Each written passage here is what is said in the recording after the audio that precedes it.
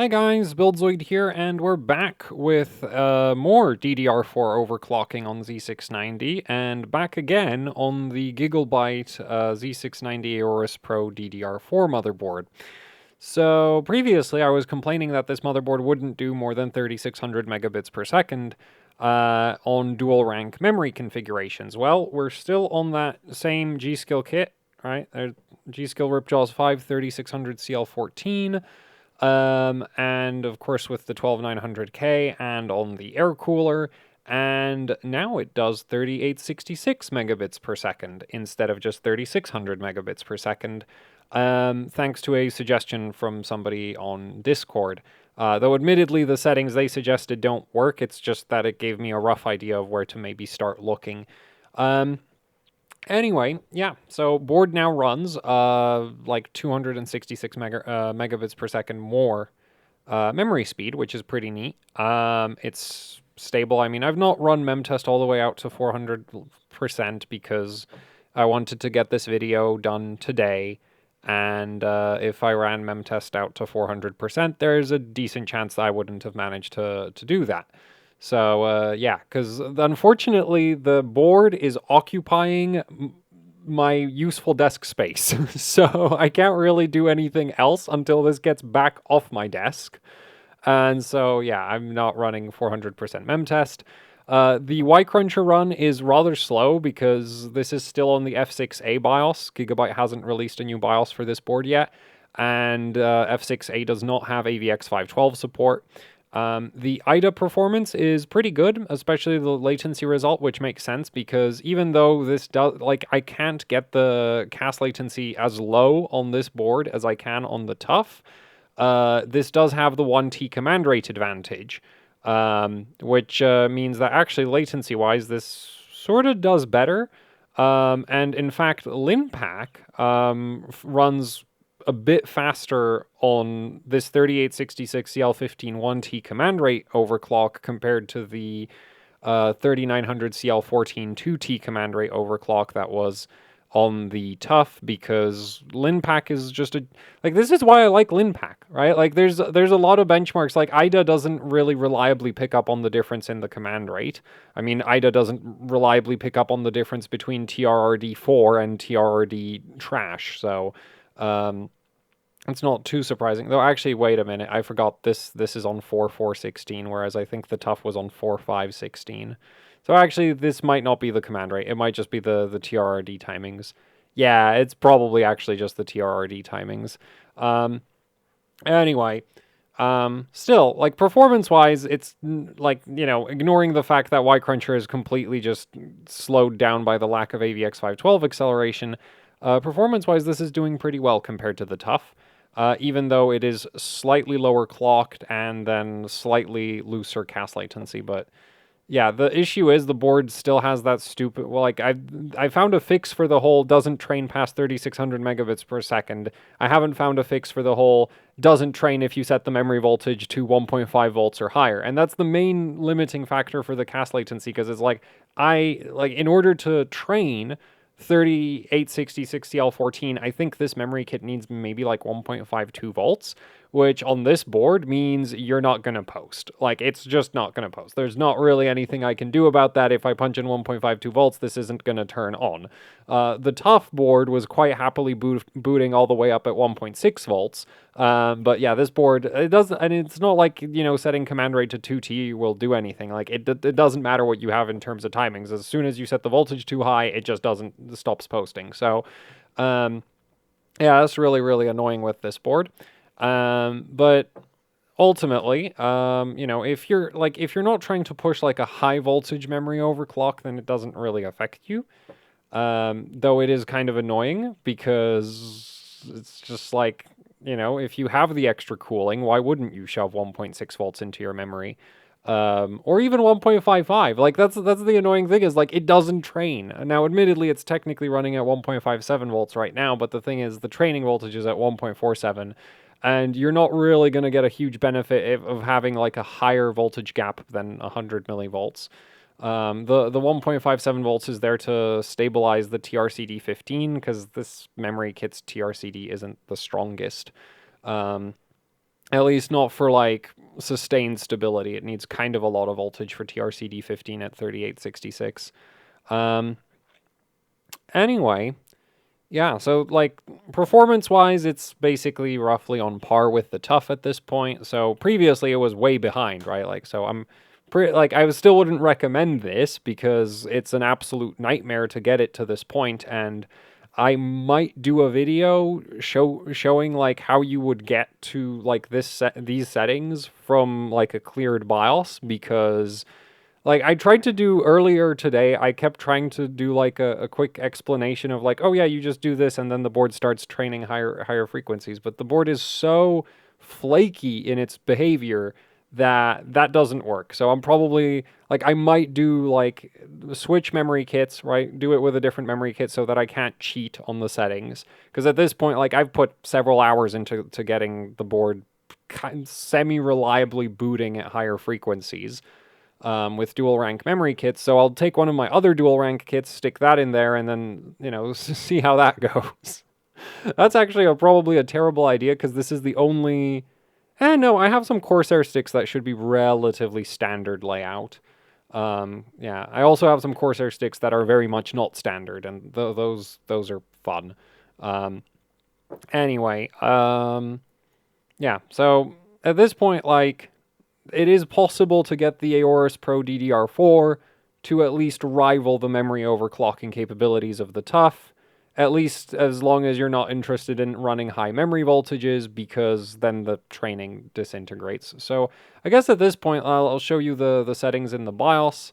Actually, we don't need the postcode for that. We really don't, because I'm not going to be... It's not like I'm going to be rebooting and going through a variety of different memory settings here. So, yeah, anyway, we're just gonna, actually, I'm just gonna take one last screenshot, and we're just gonna restart. Yeah, and I'll show you the settings. Because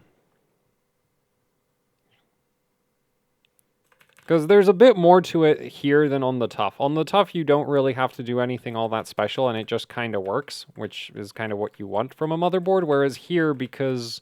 Oh, you've got to be kidding me. It's not going to train now. I hate this board so much. It might figure it out. There we go. Oh, man. They need to fix the BIOS. They really need to fix the BIOS. This is so annoying. Hey, at least it boots after like 3 attempts. You know, like, because earlier today, I couldn't get it to restart reliably. So I've fixed that, kind of. Not really, but, you know, it was better. It's better than it used to be. So let's take a look at the settings, and sort of the magic trick to making this board suck significantly less than it did before. So, yeah, basically you need to set your termination to, like, I like to use 80s across the board. 80... Actually, so, yeah, no, so 80s across the board works great for me, or works well enough. Okay, this has worked. 80, 80, 60 has like also, so like this has also kind of worked. This has also kind of worked. And then there's like a variety of other settings that, like, because the board is so flaky, it's been actually really hard to figure out what termination settings actually are, like, doing what they're supposed to be doing and which ones aren't. So because of that, I'm going to just say you probably want to start with 80, 80, 80. But that's the whole idea of, like, maybe I'll just do another video where I take a different memory kit and I try to set it up from literally, like, 0. Because, yeah, it's such a mess. Like, so, like, yeah, because it's like, because I'm saying, oh yeah, you just set it to 80, 80, 80, and then it'll, like, work, and it's not really that simple. It'll, like, yeah, it's hard to explain. Eventually, it'll probably work, and once it does, you need to lock the RTLs. If you don't lock the RTLs, the whole, like, oh, it doesn't restart reliably is way worse. Way, way, way, way worse. Before I started locking the RTLs, it would take me, like, I don't know. Actually, like, it would take me so many reboots to get the board to train. It was ridiculous. So yeah, lock the RTLs. Set the terminations to 80. Once it trains, lock the RTLs at whatever frequency you're aiming for, because that's the annoying thing with this is like you can't. Well, technically there probably is a way to calculate the RTLs ahead of time, but I don't know how you would do that, and so you're kind of stuck waiting for the board to get it right, and then locking them in, and then just keeping them locked in. And the issue is if you change any of the timings related to read operations, the RTLs actually need to get changed. So if you like adjust your write to read delay same group, that if you adjust that, you actually need to set the you need to let the board retrain the RTLs again. If you want to change cast latency, you need to retrain the RTLs. I think write latency might also require a retrain on the RTLs. So basically, it's an absolute freaking nightmare.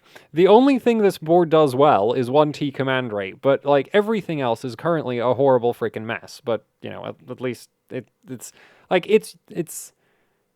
not slow anymore, right? Previously, it was annoying and slow. Now it's just extremely annoying and also not usable for high voltage benching. But yeah, it's an improvement, right? It's not, not great. Oh, also in other news, to set RTP, you just set RD pre over here.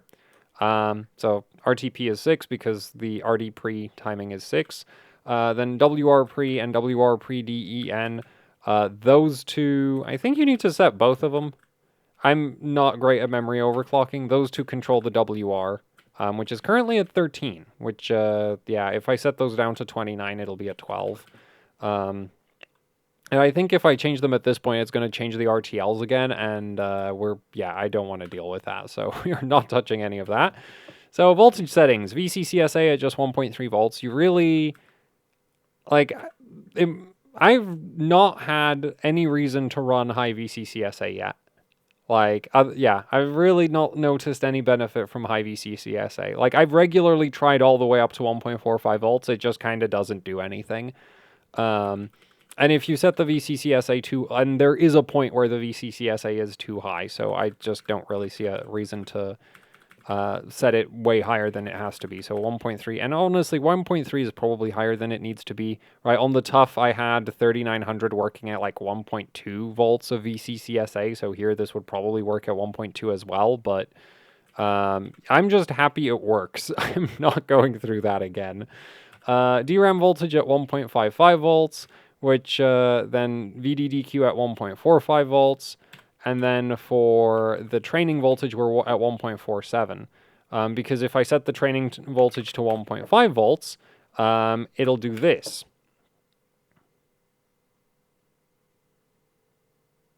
Oh, you've got to be kidding me. Why? Why does this always happen? It's like, oh, I'm going to demonstrate how stupid the board is when you set the memory voltage high, and then it just doesn't do the thing. I hate this board's, like, it's so inconsistent.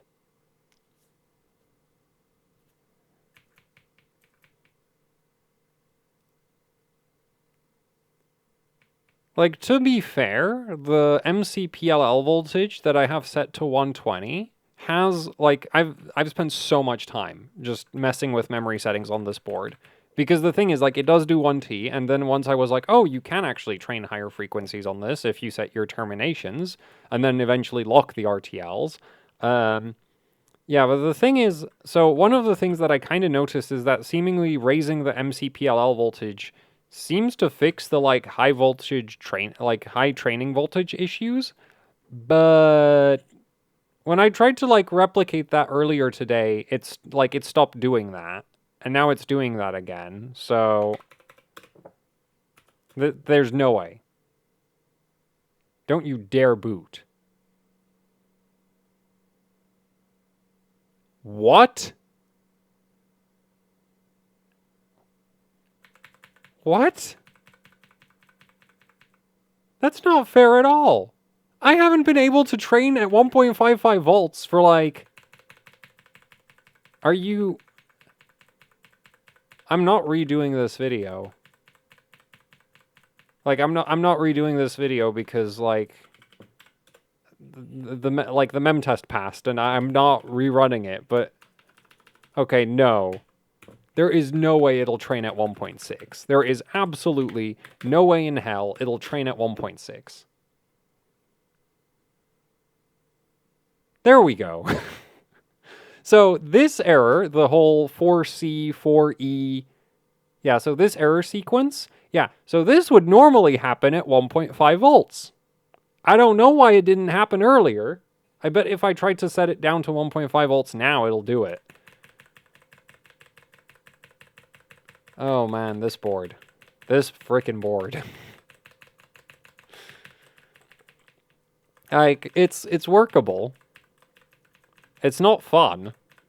It makes you feel like you're going insane because it's like, this didn't work earlier today. Well, okay, no, 1.6 volts never worked. So at least, like, that part is consistent. At 1.6 volts, it does not train. But the whole, like, training at 1.5 isn't supposed to work, and 1.55 is also not supposed to work. If it worked at 1.55, I could have probably gone on CL14 to work, but, okay, let's try 1.55 now.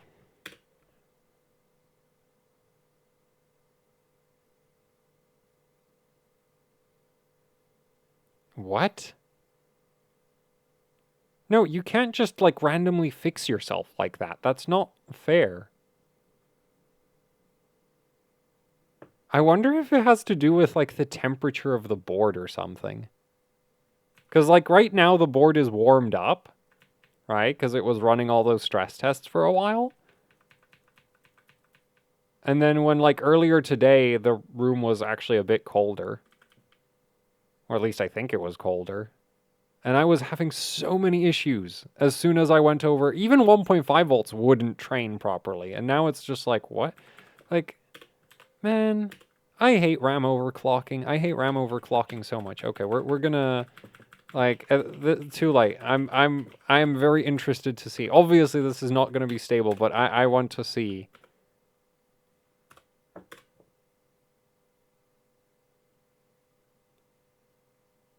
Okay. Yeah, so now it's going to 54, yeah. So this is the thing, like, it takes forever for it to figure out the RTLs. It might not figure them out, which is a real problem, because I actually don't know. I think I could just lower the RTLs by 1 for 1 tick of CL, but I am not 100% certain about that.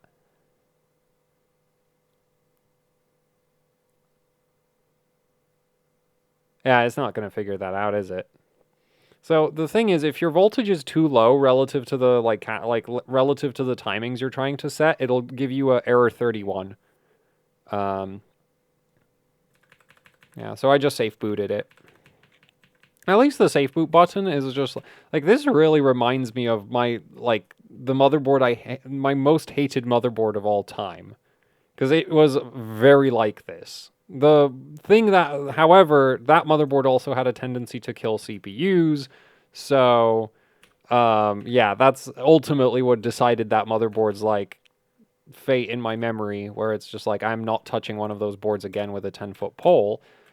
This, like, I'd say it's too early to say if this board has the potential to randomly kill CPUs, but I kind of doubt it. That's not a very frequent issue in my experience. Though there are some boards that just kind of have a... Okay, we're going to try just 69, which I think is too loose. But we'll see, I guess.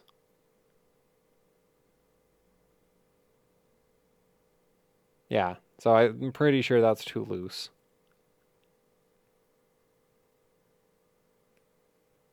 Because,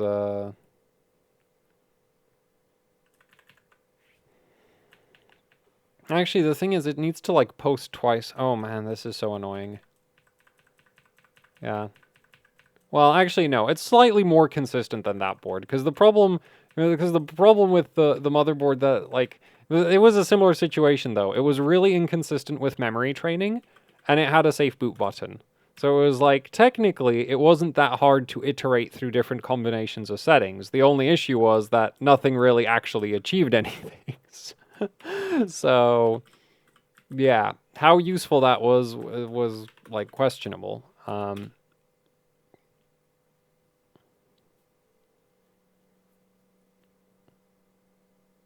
Like, if it's too low, it'll... Like, there's a specific error it'll produce if it's too low.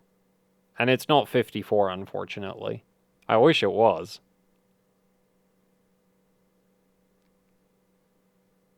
Yeah, okay. Gonna give it one more chance. That's so weird, like... Okay, nope. That's not gonna work.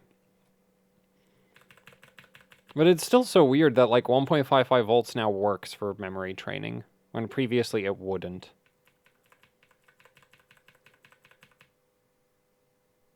Like, it still shouldn't, as far as I'm concerned. Actually, you know what? I bet if I power cycle the power supply, it's going to start having issues again with 1.55 volts. It's going to do the 4E, 4C thing. I'm just going to set it back to the settings that actually worked, right? So that would be this. And I'll save that.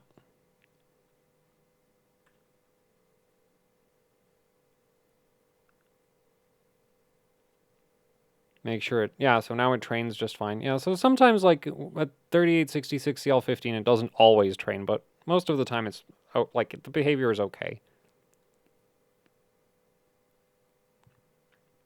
Ish. It's not great.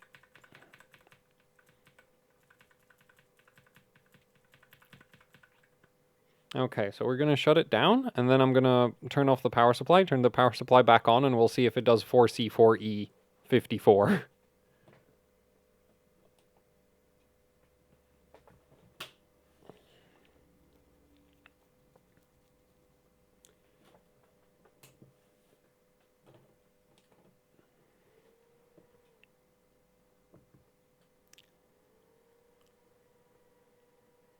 And... What? That's not fair at all. Why is it so...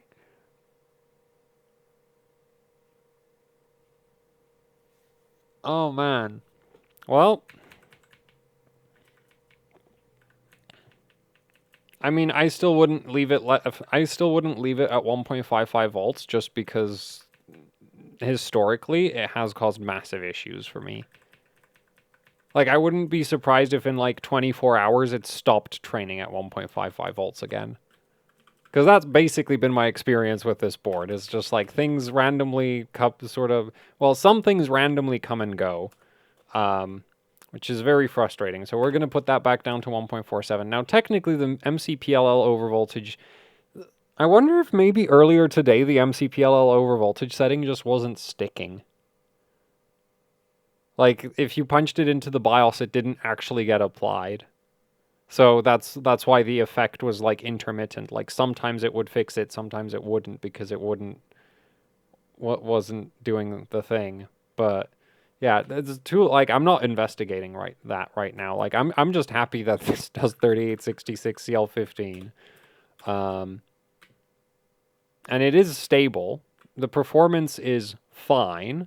The process of getting here is a absolute nightmare.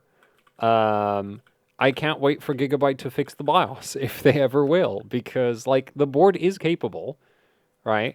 Especially with the fact that it just has absolutely no issues with 1T command rate. Like, I've had it do 1T command rate all the way up to 4,000. Now, at 4,000, it's completely unstable, but the TUF is in the same situation at 4,000 megabits per second. So I really suspect that it might just be the CPU when on dual rank and pushing 4,000 megabits per second. Because it, like, that behavior is, like, both of the boards that I've tried it with, like, that's an issue. 4,000 megabits per second is just horribly unstable on dual rank. Yeah, like, this does 1T command rate, which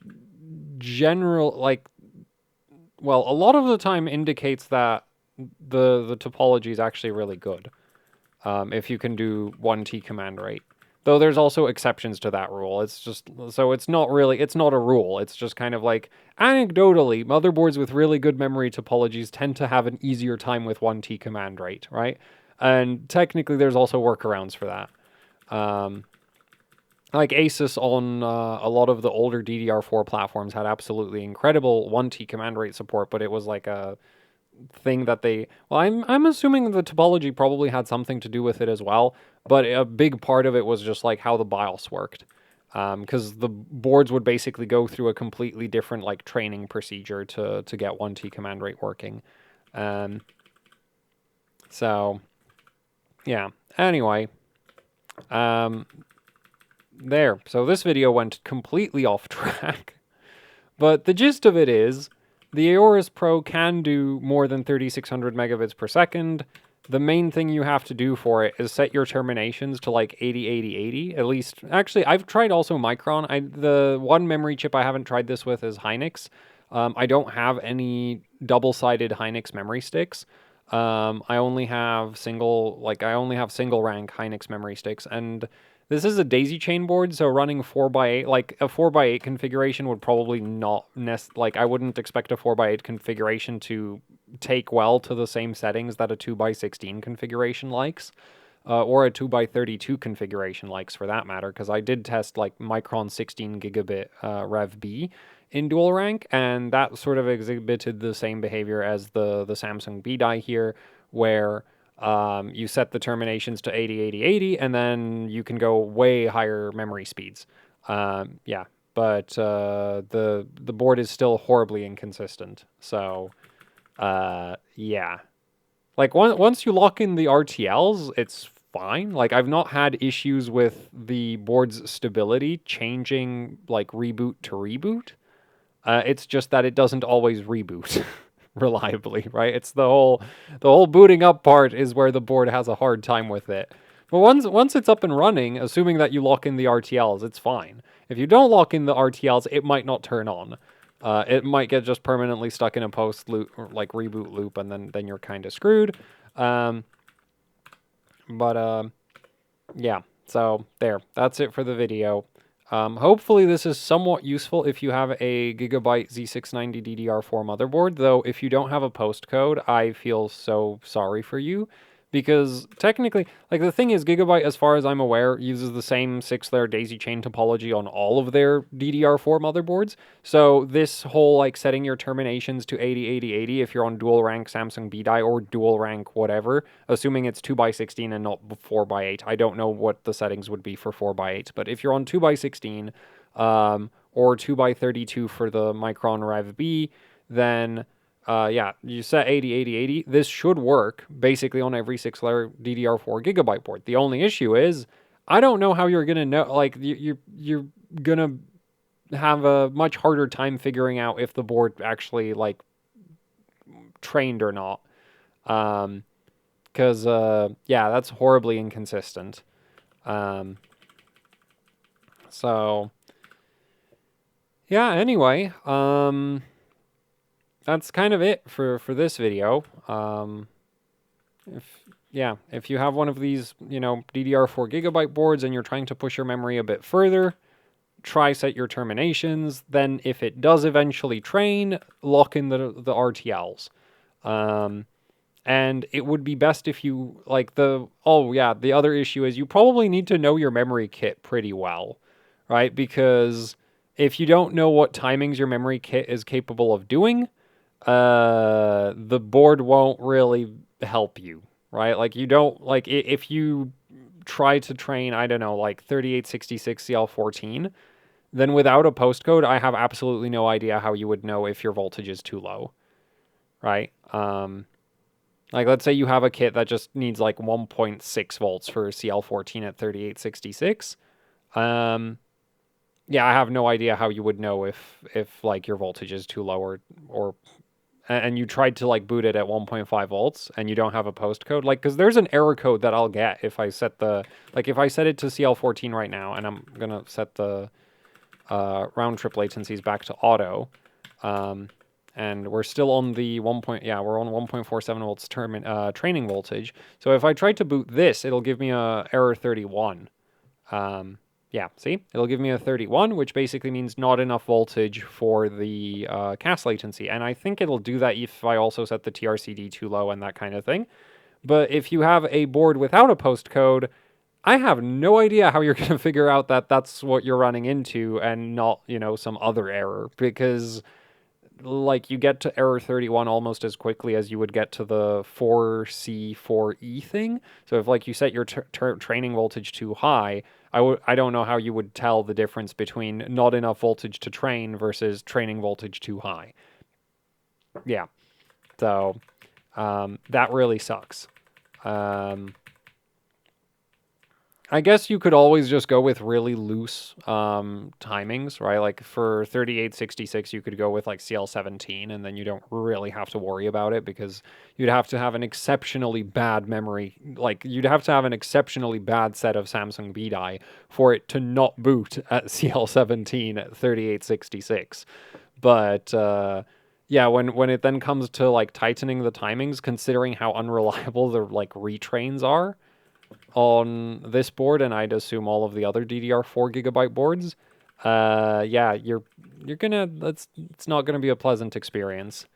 Anyway, yeah, that's it for the video. And I guess I will do the video just going from like going with a different memory kit, and you know, like working my way up into these higher memory speeds. From 0 instead of, you know, showing you like, hey, this actually works. Good luck getting there, right? So I'll show you how to actually get there in a separate video because this doesn't really do a great job of that. So yeah, that's it for the video. Thanks for watching. Hopefully it's somewhat helpful. Like, share, subscribe, leave any comments, questions, suggestions down in the comment section below. If you'd like to support what I do here with actually hardcore overclocking, I have a Patreon. There's a link to that down in the description below. There's also the HOC Teespring store where you can pick up shirts, stickers, posters, you know, the usual YouTuber merch. Both Patreon and Teespring help out immensely with running the channel, so it'd be much appreciated if you'd check them out. And that's it for the video, so thank you for watching, and goodbye.